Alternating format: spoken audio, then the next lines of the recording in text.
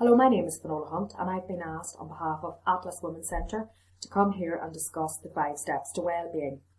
I'm a co-director of Education Matters and we design and deliver community education programmes all across Northern Ireland, and I've been delivering some of those programmes at Atlas Women's Centre for the last 4 to 5 years now. One of the programmes that we have is an OCN Level 1 and an OCN Level 2 in the 5 steps to wellbeing. So I'm here today then to discuss what the 5 steps are and where they've come from and how we might use them.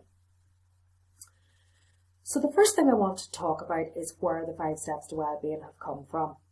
And I suppose it's important to say that over the last 20 years or so, there's been a real shift in the field of psychology from treating mental illness to looking at well-being and looking at what makes us feel well and what makes us thrive and what makes us flourish.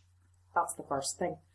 And the UK government has recognised this, and about 12 to 13 years ago, they commissioned an organisation called the New Economics Foundation, NEF, to develop the mental health equivalent of the 5 fruit and veg a day. And that, in the end, became the 5 steps to wellbeing. So what NEF did then was come up with 5 health messages that were positive in nature and about behaviour that people could readily undertake. So then we come to what the 5 steps actually are. Well, the 5 steps are very easy to remember. The first one being connect. And that is all about our relationships with others.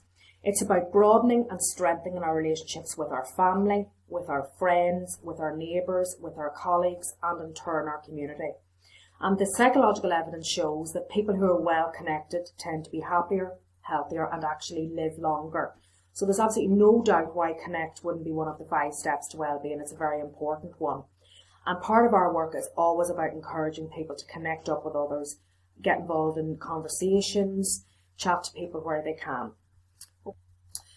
The second of the 5 steps that I would like to focus on is keep learning. And keep learning is very important, but it's not just learning in the formal sense at school, at college or at university.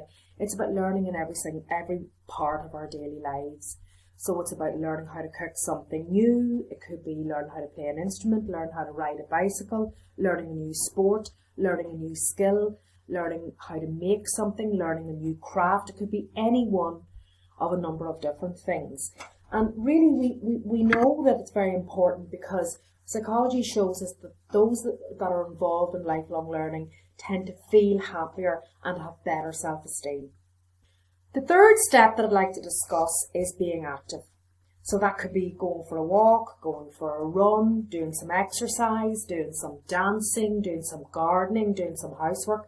Think of physical activity in the broadest sense of the term.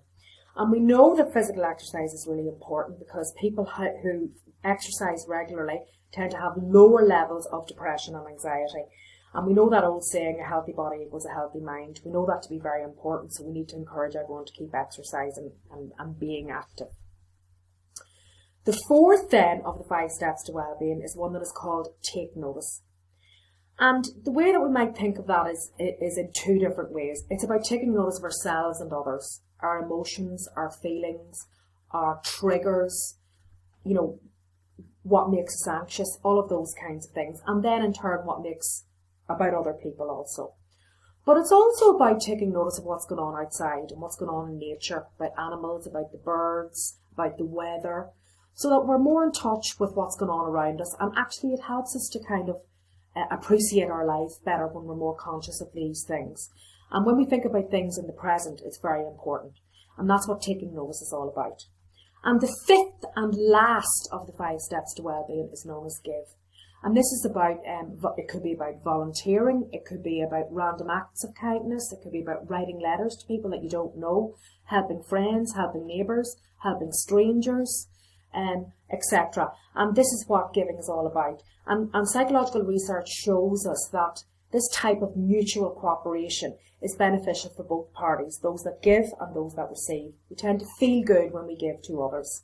So it's seen as another important step towards well-being.